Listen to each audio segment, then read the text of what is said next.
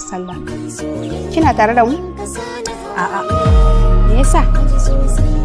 Shi kansa babanki ba shi da wani dalili na barin tsarin rayuwarmu kawai saboda mace zai guje mu? Ke ma kin bi ra'ayin babanki ne. Baki da wani dalili. Dan me yasa zaki nema daga wajena?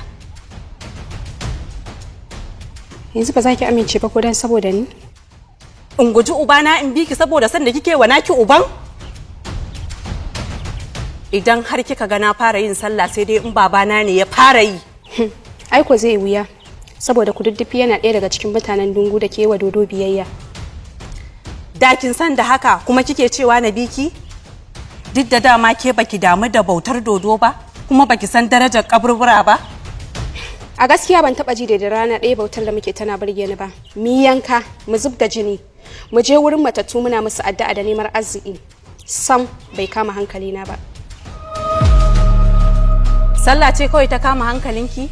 Da hana ci da sha da sunan azumi? Da hana shan barasa? A iya shan barasa kawai mutane da yawa ba za su bi babanki ba. Ke ma guduna za ki fara yi?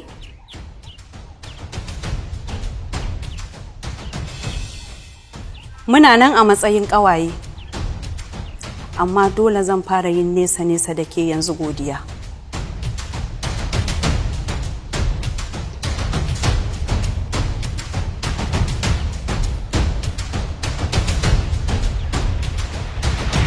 Babba, baran hana ka yin addinin da kake so ba, domin ba a dole, amma na ta bukata guda ɗaya.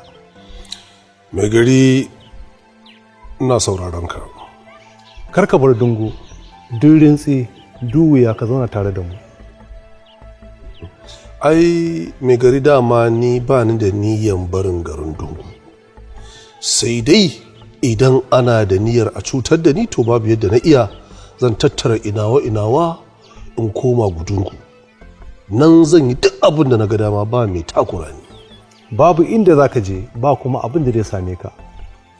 Mai gari kai ma ka san akwai waɗanda suke son su farauce ni. Na sani babu abin da zai faru da kai, ni ina tare da kai don tsaya maka. Mai gari kana tare da ni, kana nufin kai ma za ka yi sallah kenan? Ni babba, idan na fara sallah me zan gaya wa kakanninmu? Mai gari to menene a ciki? Ai ba komai, ai kai ɗansu ne, ba abin da za su yi maka. A nan ma babu abin da za su bari, kai karan kanka ka san ba za su kyale ba. Mai gari haƙuri kawai za su yi. Ni dai ba zan canja ra'ayina ba. Babba, kana da tarihin bukuku na Jangoro. Shekara 200 da suka wuce yana daga cikin wanda ya yi wa kaburburan mu tawaye